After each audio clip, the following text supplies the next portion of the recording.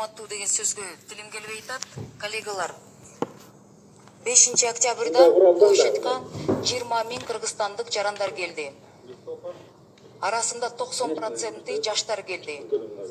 Ошол жаштар 4 октябрда өткөн шайлоонун жыйынтыктарына ачуусу келип, нааразы болуп площадька чыгышты.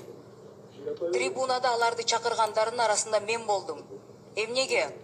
Ушунчалык одоно мыйзам бузуулар менен, ушунчалык элди шылдыңдоо менен шайлоону өткөрдүңөр. Бүгүнкү күндө сиздер билбесеңиздер, больницага 1,5 миң жарадар биздин жарандарыбыз кайрылды. Арасында 100 адам операцияга каражаты жок. Эгер моралдык жоопкерчилигиңерди сезсеңиздер, коллегалар, мен төрагабызга кайрылат элем, Канат Кедиканович. Төраганын фонду 30 миллион сом. Ошол 100 адамга бөлүп берсек, операцияга жетет экен. Мен ойлойм, мамлекет деген бул жагынан жардам бериш керек. Жөнөкөй региондордон келген жарандарыбыз дарылоого страховка жок. Жардамга муктаж болуп атат, ошол жагынан жардам бериңиз. Биринчи. Экинчи болсо, ачуучундукты угам деген депутаттарыбыз качып баратат окшойт. Мен ойлойм, буну аягына чейин уксаңыздар болбок. Мынчалык качпай. Анан биякта Каныбек Апашевич, сиз айтып атасыз, президентке каршы ким сөз сүйлөсө, бул деген мамлекеттин душманы. Бирок ошол биздин президентибиз шайлоо таза, ачык өтөт деп бизге кепилдик берген. Бирок шайлоо ушундай ыплас, одоно мыйзам бузуулар менен өттү. Ага эч ким көңүл бурган жок.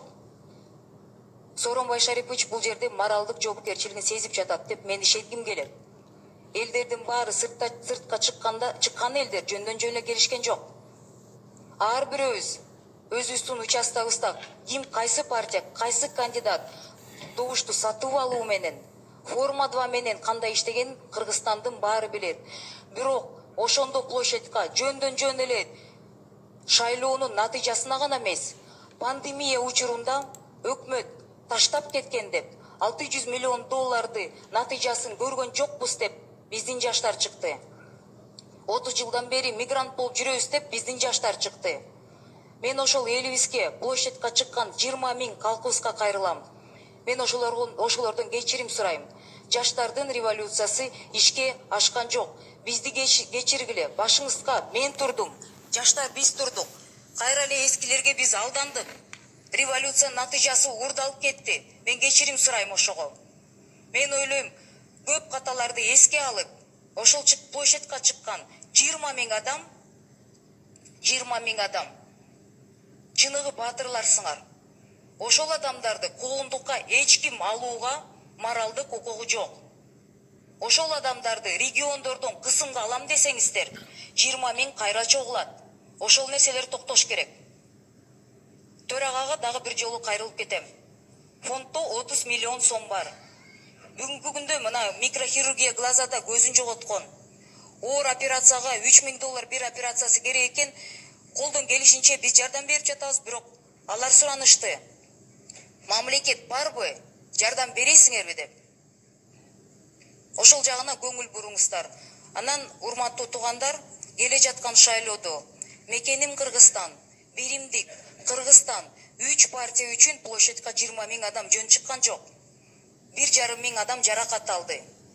Уятыңар болсо катышпайсыздар. Уятыңар жок болсо кайра эле сатып алам деп келесиздер. Бирок натыйжасы жазга чейин жетпейт. Элдин көпчүлүгүнөн чыккан премьер-министрмен деп да биз каршы болдук. Криминалдык топтор дуушар кылып адамды кууратпаш керек. Бирок ошол жактан иштесин дегендер бар болсо, ал да биздин жарандар. Тынчтык үчүн, кворум болуш үчүн бул жерге мен билем көпчүлүк коллегалар бүгүн чогулду. Мен да кворум үчүн гана келдим бул жерге. Айта турган сөздөр көп, бирок площадьта элдин арасында чуркап жүргөндө ошол жакта деген пуля, резиновый пулялар менен, газовый шумовой граната менен өз элин аткан бийлик, өз элин аткан президент, премьер-министр, ички иштер министри моралдык жоопкерчиликти жок дегенде сезиш керексиңер. Ошол жакта телевизордун аркасына отуруп алып бизди шылдыңдаган депутаттар моралдык жоопкерчилигиңерди сезиш керексиңер. келесі кечпей бул жаштар, они просто сидят и зализывают раны. Но им очень обидно, им очень больно. Түшүнбөгөн адам түшүнүш керек. Кайра эле эскиче жаңы шайлоо болот, эскиче ойнойм десеңиздер, аябай жаңыласыздар. Натыйжасы оор болот.